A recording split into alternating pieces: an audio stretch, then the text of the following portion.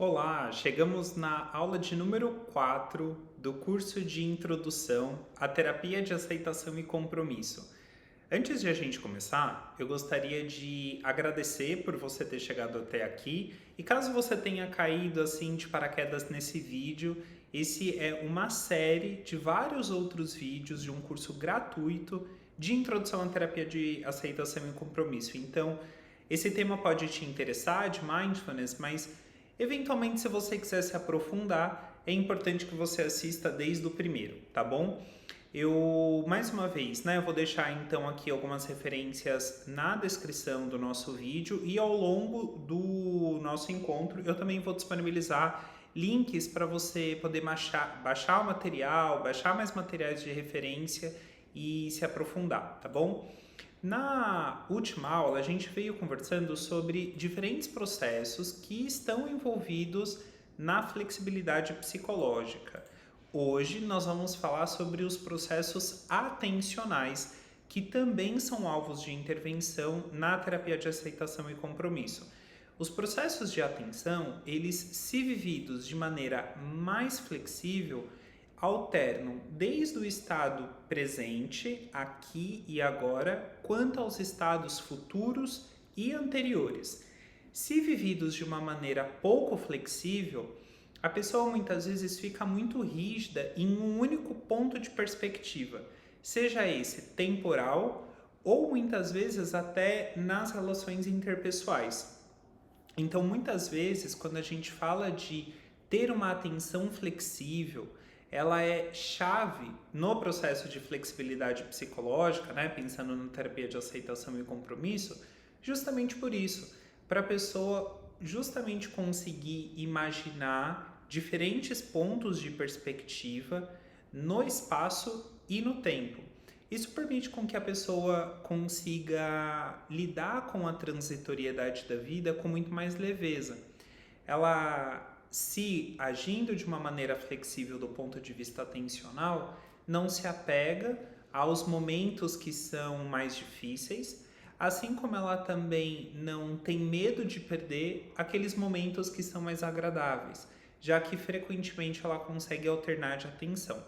Então, mais uma vez, eu vou passar por todos esses processos. Na aula 1 a gente falou um pouquinho do afeto, que se vivido de uma maneira mais flexível, permite a abertura ou a disposição, que é justamente essa capacidade de entrar em contato com emoções, sentimentos que são desagradáveis.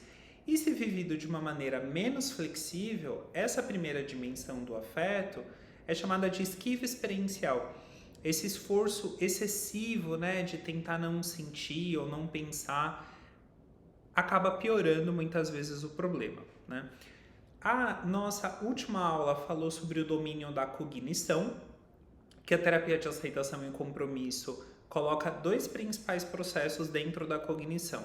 A fusão cognitiva, que é justamente o agir literal de acordo com os pensamentos, e a desfusão cognitiva, quando a pessoa consegue lidar com os próprios pensamentos de uma maneira mais saudável, enxergando também as outras variáveis que estão presentes na experiência. E agora a gente vai falar especificamente sobre o domínio da atenção. Mais uma vez, se você tiver qualquer dúvida, por favor, deixe aqui os seus comentários que vai ser um prazer responder todos eles, tá bom? Eu gosto muito dessa imagem quando a gente fala de mindfulness, porque quem nunca, quis tirar férias das próprias ideias? Quem nunca quis tirar férias da própria cabeça? Mesmo em um ambiente tranquilo, quando nós estamos assim, muito olhando para um topo de uma montanha, um pôr do sol, ainda assim a gente consegue entrar em contato por meio dos pensamentos com o trabalho, com a escola, com os problemas familiares e ainda assim a gente sofre. Para o bem ou para o mal, como eu já falei várias vezes, o nosso cérebro ele funciona sempre por adição e nunca por subtração. É natural do ser humano entrar em contato com outros estímulos do ponto de vista da linguagem e sofrer afeto com aquilo, mesmo que nós não tenhamos contato direto com aquele estímulo. Então, se você está numa sala de estar com uma parede branca e se imagina ganhando na Mega Sena, provavelmente você pode se sentir muito feliz, muito animado, muito esperançoso, ou até com medo, né, de alguém vir correr atrás de você em busca do dinheiro. Da mesma forma que você, ao pensar em um hambúrguer, aprendeu com a sua experiência, como aquilo é gostoso, que vontade de comer. Ou lembrou de um trabalho na escola que não foi entregue, será que seu filho vai passar de ano? Todas essas ideias, elas são capazes de gerar reações físicas, reações emocionais, impulsos de ação.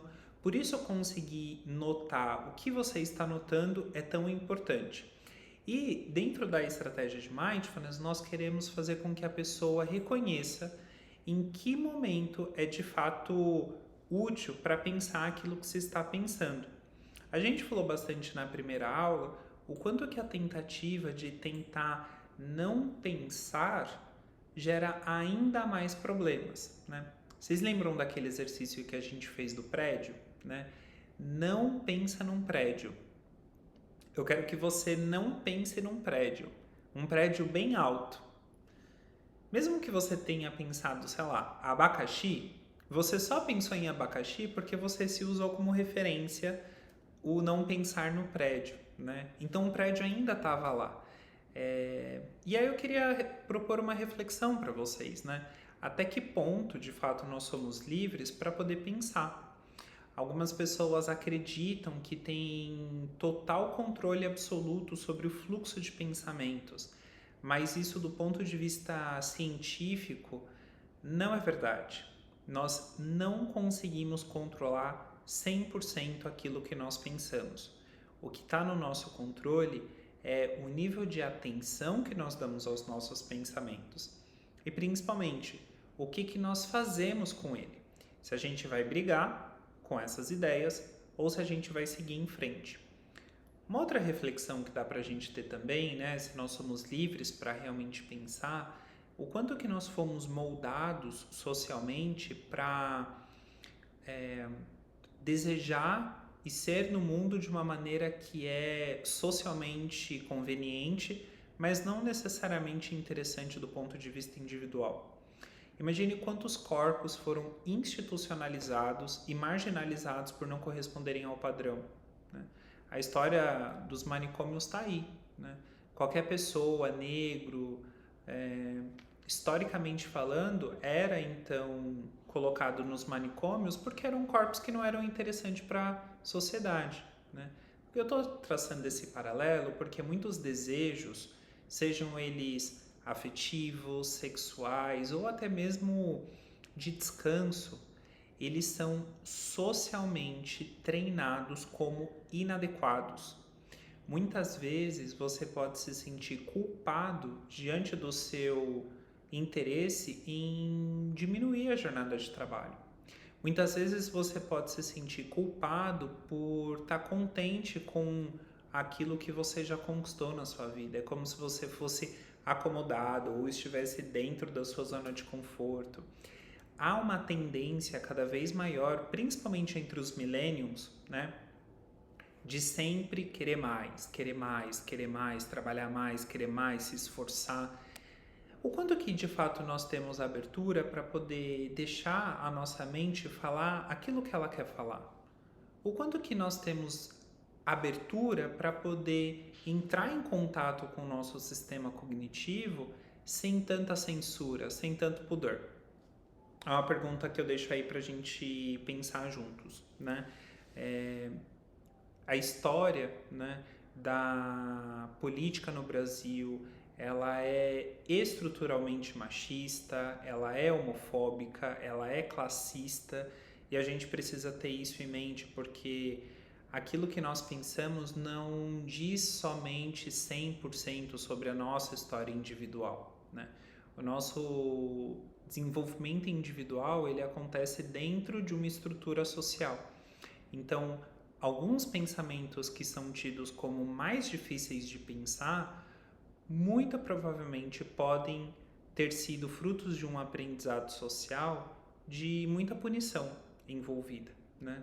E dentro da terapia de aceitação e compromisso, a gente quer expandir, a gente quer aumentar, nós queremos flexibilizar a capacidade da pessoa pensar em tudo que ela puder. Todos os sonhos, mesmo que isso pareça o mais inatingível possível. Todas as vontades que ela possa ter, mesmo que isso soe como socialmente adequado ou socialmente inadequado. Porque é só a partir dessa disposição de fato entrar em contato com aquilo que a mente diz, é que você tem mais liberdade de poder escolher se você vai ou não seguir naquele caminho, ok? Isso faz sentido para você?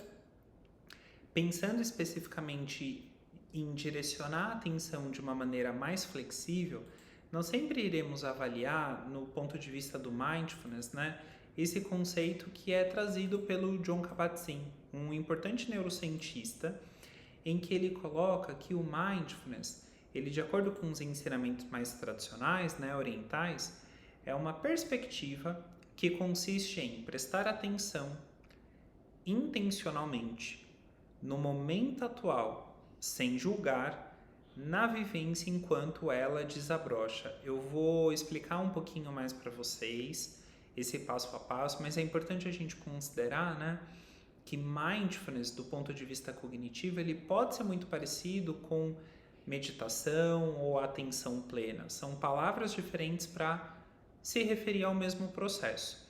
Então, quando ele fala sobre prestar atenção intencionalmente, nós queremos olhar primeiro em que momento é útil estar mais conectado no futuro, em que momento é mais útil estar conectado no passado. Muitas pessoas imaginam que quando nós falamos de mindfulness, nós estamos falando sobre se sentir bem, se sentir relaxado, se sentir tranquilo. Esse é um dos possíveis efeitos que nós podemos encontrar, mas não é a nossa meta. O foco é justamente em conseguir alternar o ponto de perspectiva. Com isso, né, em que momento é útil eu pensar no futuro? Se eu penso e fico muito no futuro, eu vou ficar ansioso. Se eu olho muito para o passado, eu vou ficar preso numa nostalgia, ressentido com o presente e fico deprimido. Então, a ideia é eu justamente conseguir alternar. Até em alguns momentos, né, prestar atenção no aqui e agora. É claro que é importante eu prestar atenção no aqui e no agora, mas é importante eu conseguir prestar atenção no futuro também.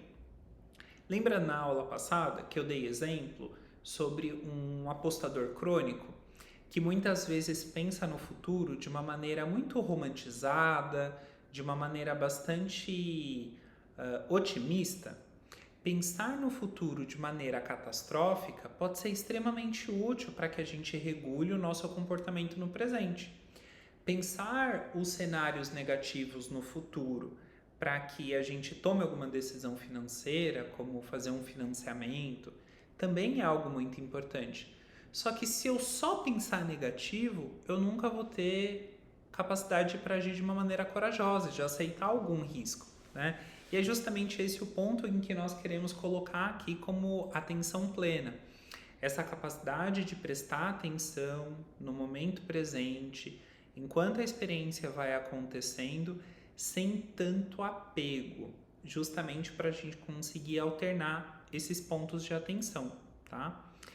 A estrutura de mindfulness ela é utilizada em diferentes psicoterapias, tanto na terapia de aceitação e compromisso, na terapia comportamental dialética, que é especialmente indicada no tratamento do transtorno da personalidade borderline, transtorno afetivo bipolar, uso de substâncias, TDAH, a DBT, terapia comportamental dialética, tem aí um nível de evidências muito importante.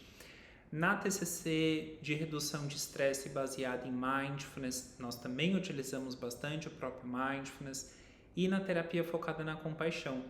Então a gente nota que o mindfulness ele é um conjunto, né, de intervenções que é utilizado em diferentes abordagens das terapias cognitivas e das terapias comportamentais contextuais com enfoques muito diferentes.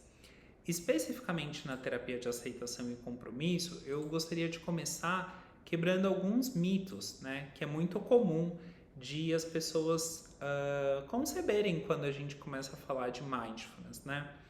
O primeiro mito é que a terapia de aceitação e compromisso, ela é baseada na ciência comportamental contextual.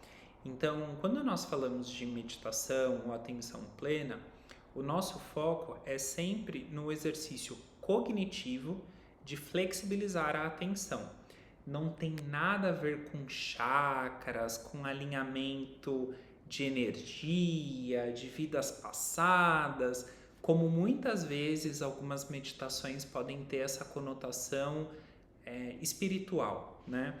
Quando nós falamos de mindfulness, nós estamos falando de um protocolo com práticas formais ou com práticas informais que tem como objetivo flexibilizar a atenção da pessoa em direção à saúde mental. Não tem nenhuma conotação religiosa.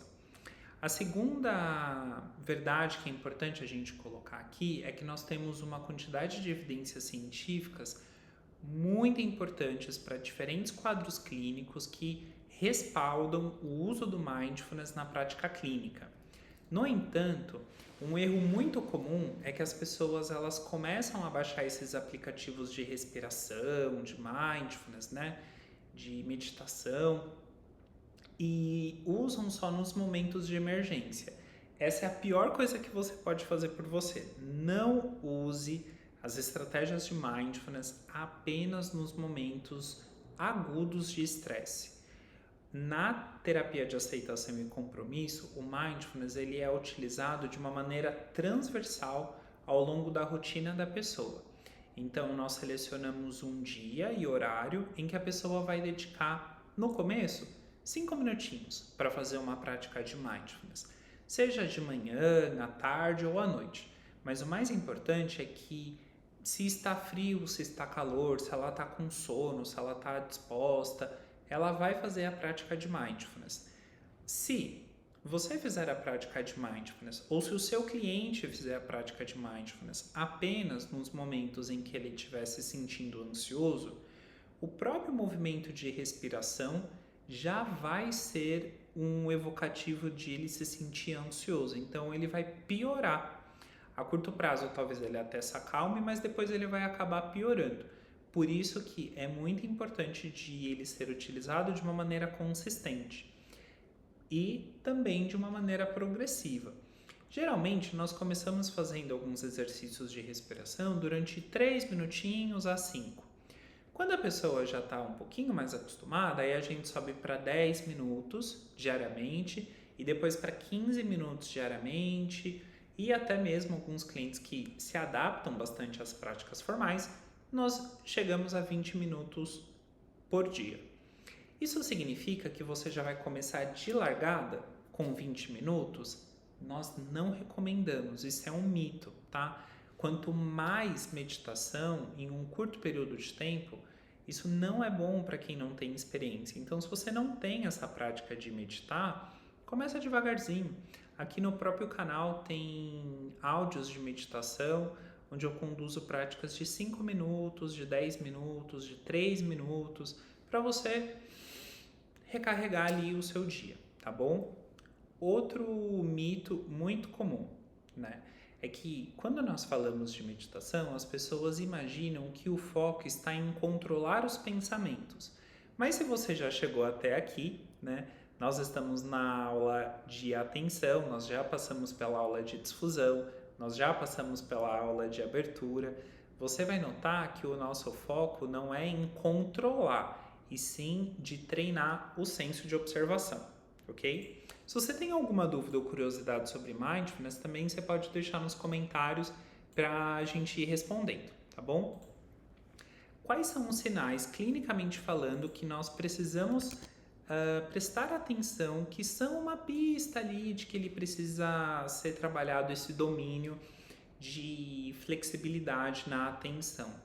Muitas vezes durante a sessão, o paciente ou nós parecemos desconectados dos nossos sentimentos. Ele fala de algo bom e de algo triste da mesma maneira, com a mesma entonação, ou falar de algo triste rindo.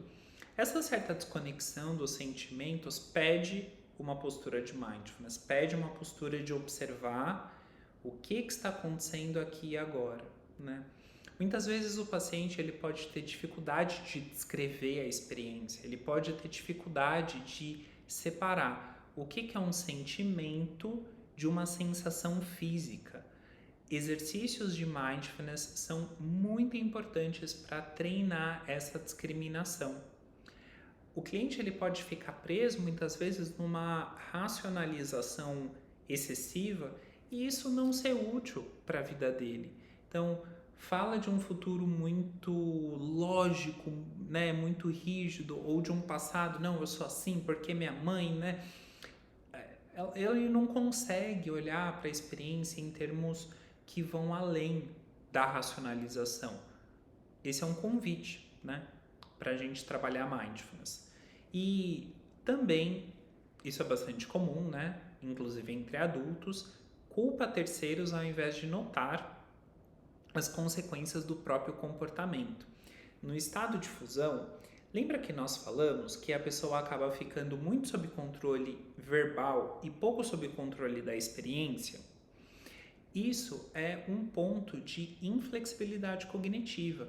Se ele só direciona a atenção para a cognição e pouco para o mundo externo, ele vai continuar dando murro em ponta de faca. Ele vai continuar ressentido com o mundo, dizendo como tudo e todos deveriam funcionar, porque ele não está conseguindo flexibilizar, ok? Especificamente sobre o mindfulness, antes de nós colocarmos a implantação com o nosso cliente, nós fazemos uma avaliação e uma formulação clínica. As práticas mais formais, elas envolvem geralmente uma pessoa sentada numa posição confortável, né, como eu estou aqui, com a postura ereta, o queixo paralelo ao chão, para que ela consiga respirar com uma certa tranquilidade, apoiando a lombar ou a bacia para ficar ali mais confortável. Uma outra variação é fazer o mindfulness andando. Agora, precisa fechar os olhos? Depende, né? Se a pessoa ela não tem como foco, se você como terapeuta não tem uma clareza de qual é o resultado pretendido com aquela estratégia de mindfulness, vai ser pouco útil você falar para ela abrir ou fechar os olhos. Então, como nós orientamos que o mindfulness vai ser implementado na clínica, tem a ver tanto com o conforto e com a preferência do paciente, com aquilo que ele se sente mais confortável ou não, né? A gente vai respeitar, mas nós, enquanto terapeutas ACT, ou terapeutas ACT, né? Queremos saber qual é o comportamento que eu estou tentando influenciar. Então, imagine que é um paciente que tem dificuldade para lidar com a tristeza. E aí ela está falando de um assunto ali, né, na sessão, fala de um assunto triste muito rapidinho, assim, já quase saindo correndo, né, da emoção. Esse é um bom momento para a gente fazer uma prática de mindfulness, pedir para a pessoa voltar, fazendo uma exposição, pedindo para a pessoa voltar, descrever o que ela estava sentindo, pensando naquele momento, imaginar a cena, colocar a pessoa de volta naquele momento, e aí eu vou ter como princípio pedir para que a pessoa se reconecte com a emoção, ou eu quero trabalhar um pouco mais de difusão, que foi o tema que nós falamos na última aula. Se eu quiser dar um foco na emoção e não no pensamento, eu posso pedir para ela abrir ou não fechar os olhos, né? É um paciente que está acostumado a ficar parado, ou é um paciente que fica muito agitado quando ele fica parado? Ele já consegue colocar as emoções naqueles diferentes potinhos que a gente falou na aula 2?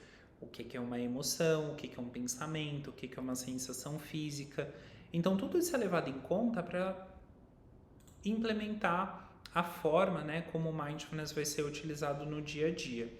Dentro da TCC moderna, o mindfulness ele tem um papel bastante importante para nós ficarmos menos reativos do ponto de vista cognitivo. Então, tolerarmos mais pensamentos que podem ter um cunho agressivo, um cunho sexual, um cunho mais lado B, né? Que todo mundo pode ter esse lado B. E entrar um pouco mais em contato com isso sem se perder nisso, né? Quanto mais rápido a gente consegue identificar a nossa tendência, qual é o nosso instinto, entre aspas, em responder às nossas próprias cognições e aos nossos próprios afetos, mais descentralizados nós ficamos. Essa palavra, gente, descentralização, ela está muito alinhada com aquilo que nós falamos na outra aula sobre a desfusão, né? Então, a TCC moderna utiliza o termo descentralização, enquanto que a terapia de aceitação e compromisso utiliza o termo desfusão. Então, descentralização significa que os pensamentos e os sentimentos, eles são reconhecidos como fenômenos que são transitórios, como fenômenos que são passageiros, em vez de verdadeiros reflexos importantes da realidade. Eles não são compreendidos como essenciais em si mesmos.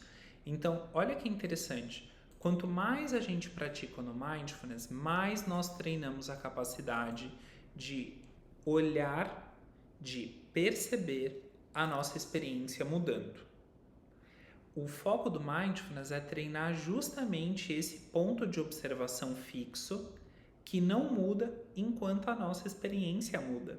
Só tem uma coisa que não muda, a nossa observação, né? Agora, o que é observado muda o tempo todo.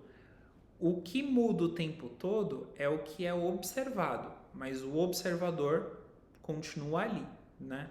De uma maneira muito mais constante.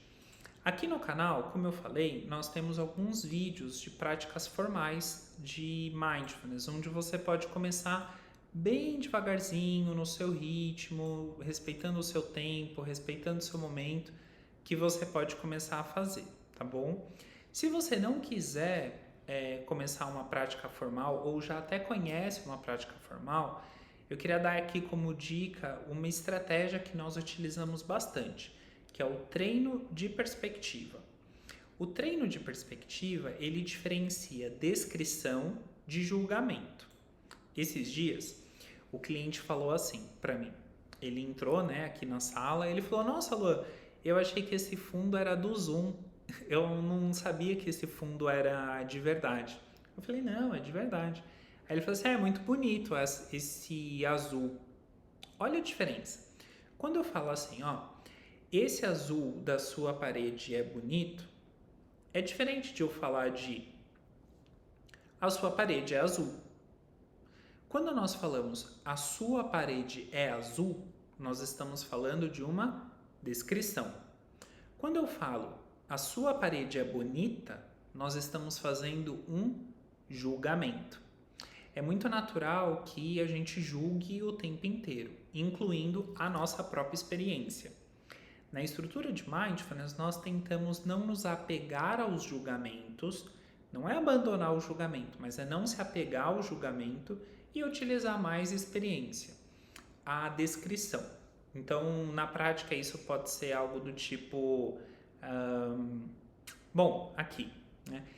Essa aula é muito longa. Longa é um adjetivo. Se eu falar assim, ó, essa aula tem duração de 30 minutos. Descrição. Ah, ela é muito chata. Chata é um adjetivo. Eu estou julgando. Julgamento. Ah, ela falou sem interrupção. Não permitiu que outras pessoas falassem também. Descrição. Quanto mais habilidades nós tivermos em descrever a nossa experiência, seja do mundo interno quanto do mundo externo, mais fácil é de a gente não ficar tão apegado a esse julgamento que naturalmente a nossa mente produz, ok? Outra estratégia bastante interessante que nós podemos utilizar no treino de Mindfulness é o uso de aplicativos, né, recursos audiovisuais. Eu particularmente gosto bastante do Headspace. O Headspace, ele inclusive tem alguns episódios e seriados na Netflix, vale a pena você conferir. E o aplicativo, ele é pago, pelo que eu lembro, mas você pode experimentar durante 7 dias gratuitamente. De todos que eu já testei, e eu já testei muitos, o Headspace eu confesso que foi o que eu mais gostei. Você pode começar lá no modo padrão, com meditações de 5 minutinhos, e conforme você vai ganhando a experiência, você vai aumentando, tá bom? Depois você começa a meditar e você quer meditar por mais tempo, né? É uma delícia. Eu particularmente gosto bastante, me ajudou bastante. Eu vejo na clínica o quanto que ajuda muitos pacientes, né? Principalmente em pacientes com ansiedade. Uma perspectiva interessante, né, é que a experiência ela está sempre mudando, né? Se a gente conseguir reconhecer a nossa experiência como transitória, né, como nuvens no céu, o céu, gente, ele continua sendo azul, né? Mesmo que tenha muitas nuvens, tempestades, raios e trovões, o céu, ele continua sendo azul. No seu dia mais ensolarado e no seu dia mais chuvoso. Nós somos como o céu, né? Nós temos dias que são mais difíceis, que são mais pesados, e nós temos dias que são mais felizes, mais ensolarados, né? Às vezes a gente tem um inverno muito longo e por isso a gente precisa de apoio de medicação, né? E às vezes nós temos verões que são muito rapidinhos, né, na vida, e a gente às vezes tem verões que são muito longos. Então é importante a gente reconhecer que a nossa experiência ela é transitória, né? Seja uma sensação física, uma sensação de dor, uma sensação de êxtase como o orgasmo, a sensação de fome, a sensação de sono, a sensação de inquietude, o medo. A nossa experiência ela muda o tempo inteiro. E ter essa capacidade de se sentir firme como o céu, que abarca todas essas mudanças acontecendo, faz com que você se reconheça que você não é a depressão. Você não é TDAH. Você não é o seu transtorno. Você é o espaço onde todas aquelas suas experiências elas são capazes de acontecer e acontece de uma maneira que se transforma a cada segundo, tá bom? Eu comentei, né, das estratégias de mindfulness que hoje tem um nível de evidências que é bem alto. Eu vou deixar aqui no link a descrição das evidências, especialmente com a parte da neurologia, né, que tem uma correlação direta, que quanto mais a pessoa medita, num tempo de duração ali de 20 minutos, a gente tem uma alteração de toda a circuitaria mesmo do cérebro. E isso, em última análise, na terapia de aceitação e compromisso, que a gente quer é ajudar a pessoa a primeiro observar a sua experiência, observar o pensamento como um pensamento, observar a sensação física como uma sensação física, observar o sentimento como um sentimento, observar o impulso como um impulso. Então, essa primeira capacidade de tomar conta vai fazer com que eu possa verbalizar, vocalizar, ou escrever, ou desenhar, mas eu consigo descrever a minha experiência. Se eu olho e descrevo, eu tenho capacidade de participar dessa minha experiência e não ser levado pela minha experiência. Lembra que eu falei na aula passada que olhar para o medo é diferente de olhar através do medo?